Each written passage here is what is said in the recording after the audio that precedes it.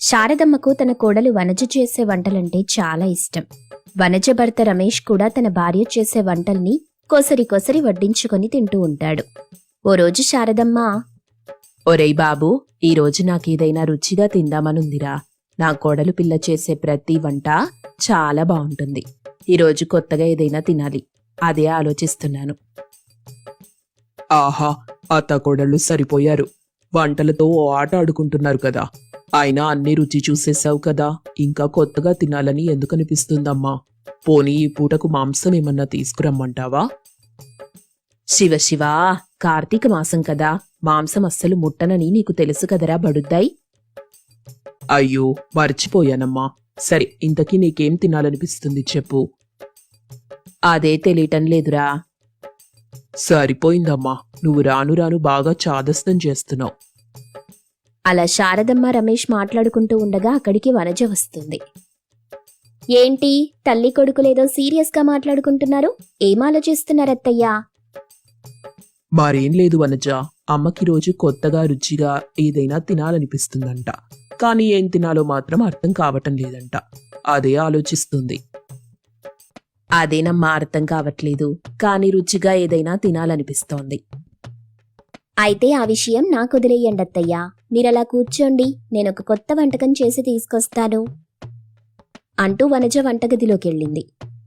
వనజ అలా వెళ్లిన ఓ 10 నిమిషాలకు ఆ ఇల్లంతా ఘుమఘుమలు. శారదమ్మ ఆ వాసనకి పొంగిపోతుంది. ఆహా, కోడలేదో కొత్తగా చేస్తోంది. ఈరోజు పట్టు పట్టాల్సిందే. అయితే బీరువాలో చాలా పట్టు చీరలున్నాయి, వెళ్ళి ఆ పట్టుల్ని పట్టుకో. నువ్వాగరా వెదవా. ఇంతలో అక్కడికి వేడివేడి రోటీలతో పాటు మంచి కూర చేసి తీసుకొస్తుంది వనజ.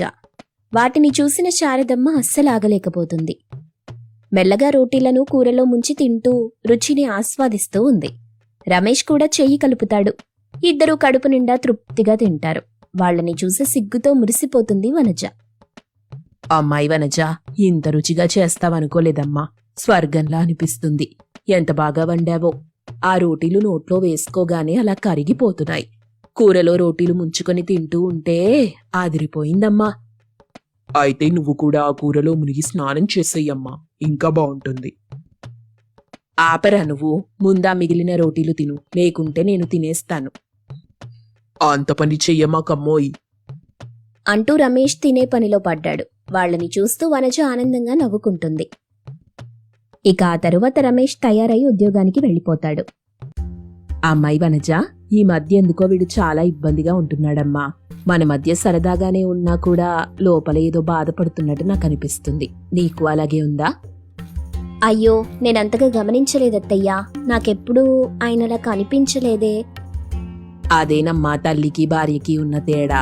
నువ్వు రేపొక బిడ్డని కంటావు కదా, అప్పుడు తెలుస్తుంది కన్నపేగు బంధం. బిడ్డకి ఆకలైనా బాధైనా కన్నీళ్లైనా ఆనందమైనా తల్లికలా తెలిసిపోతాయంతే. కొన్నిసార్లు నేను ఆయనలో ఒక విషయం గమనించానత్తయ్యా. నవ్వుతున్నారు గాని మనస్ఫూర్తిగా నవ్వట్లేదు.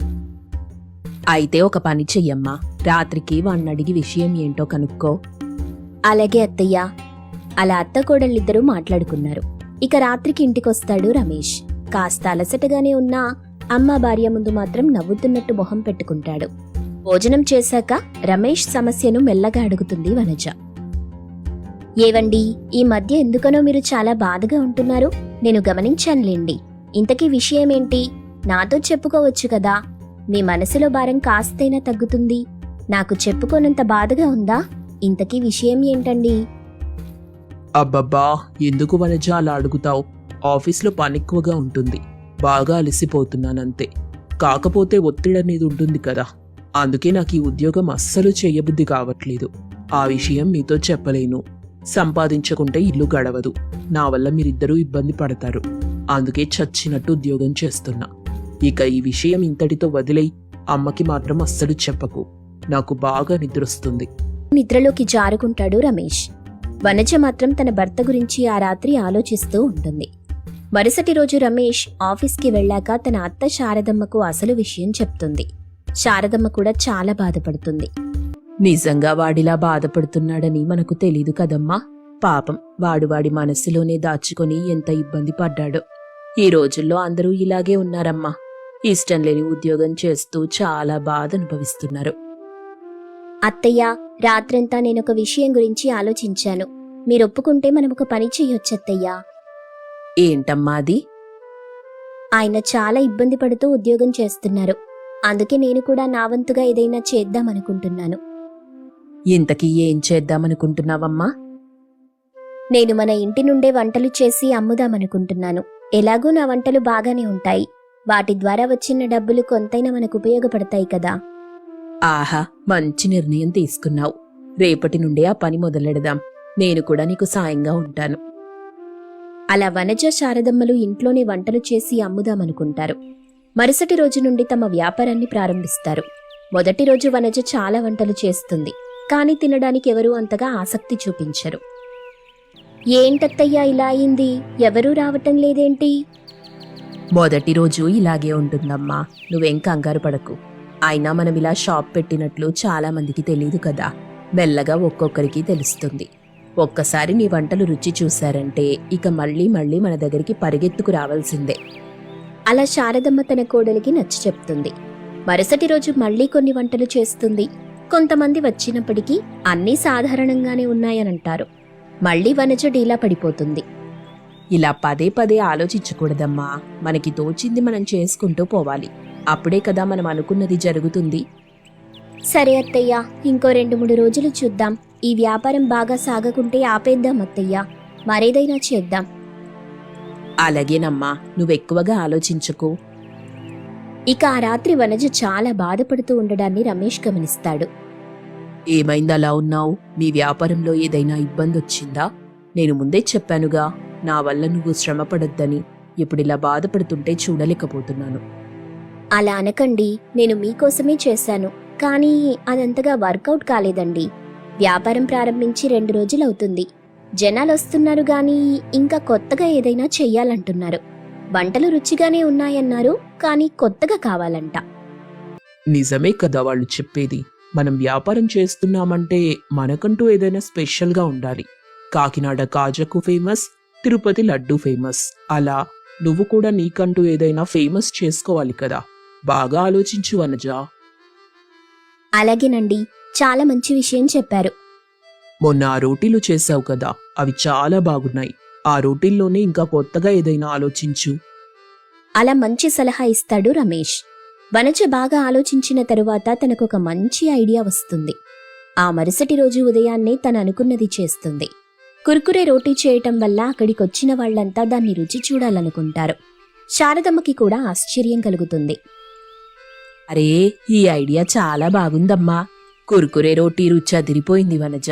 అదిగో చూసావా, వచ్చిన వాళ్లంతా కుర్కురే రోటీనే తింటున్నారు. అవునత్తయ్యా, అందరికీ కొత్తగా ఉంది కదా. ఇప్పటి వరకు ఇలా ఎవ్వరూ చెయ్యలేదు. మొదటిసారి మనమే చేస్తున్నామత్తయ్యా. కొత్తగా మాత్రమే కాదు, రుచిగా కూడా ఉంది. అవునవునమ్మా, నాకు చాలా కొత్తగా ఉంది. కుర్కురే రోటీ రుచి కూడా చాలా బాగుంది. ఈ దెబ్బతో నువ్వు ఫేమస్ అవ్వడం ఖాయం అనుకో.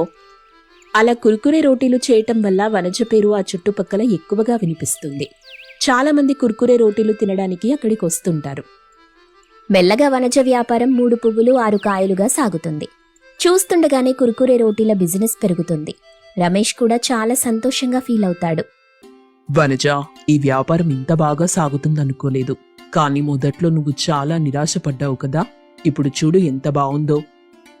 అదంతా మీ వల్లే. మీరు నన్ను ప్రోత్సహించకుండా ఉండుంటే ఈ పని అయ్యేది కాదు. మీరు చెప్పినట్టు కొత్తగా ట్రై చేశాను కాబట్టే విజయం సాధించానండి. ఇదంతా మీకోసమే చేశాను. ఇక మీరు ఉద్యోగం మానేయండి. మనం కలిసి వ్యాపారం చేసుకుందాం. ఆ ఉద్యోగ భారం వల్ల మీరు చాలా బాధపడుతున్నారు. ఇక బాధపడాల్సిన అవసరమే లేదు. సంతోషంగా ఈ వ్యాపారం చేసుకుందాం. అవును బాబు, నువ్వు కోడలు ఇద్దరూ ఆ వ్యాపారం చేసుకోండి. కుర్కురే రోటీలు తినడానికి చాలా మంది వస్తున్నారు. లాభం కూడా బాగానే వస్తుంది. ఇక నువ్వే ఉద్యోగం చేయాల్సిన పని లేదు. ముగ్గురం సరదాగా వ్యాపారం చేసుకుందాం. వచ్చిన డబ్బుతో సంతోషంగా బ్రతుకుదాం. ఉద్యోగం ఎప్పటికైనా బానిసగానే చేస్తుంది, కానీ వ్యాపారం నిన్ను రాజులా మారుస్తుంది. గుర్తుంచుకో బాబూ. అలాగేనమ్మా, ఈ రోజు నుండి నేను ఉద్యోగం మానేస్తున్నాను. మనందరం కలిసి పనిచేద్దాం. అలా రమేష్ కూడా తన ఉద్యోగాన్ని వదిలి తన భార్య వనజకు సాయం చేయడం ప్రారంభిస్తాడు. వనజ తన కురుకురే రోటీలతో ఫేమస్ అవటం వల్ల చాలా మంది కార్లలో వచ్చి మరీ ఆ రోటీలు తింటూ ఉంటారు. పెద్ద పెద్ద హోటళ్లు కూడా భారీ మొత్తంలో కురుకురే రోటీలను ఆర్డర్ పెట్టుకుంటాయి. చూస్తుండగానే వనజకు కోట్ల డబ్బులు లాభంగా వస్తాయి. ఆ డబ్బుతో రమేష్ వనజలు పెద్ద బంగ్లా కొంటారు. కొడుకు కోడల్ని చూసి శారదమ్మ చాలా సంతోషిస్తుంది.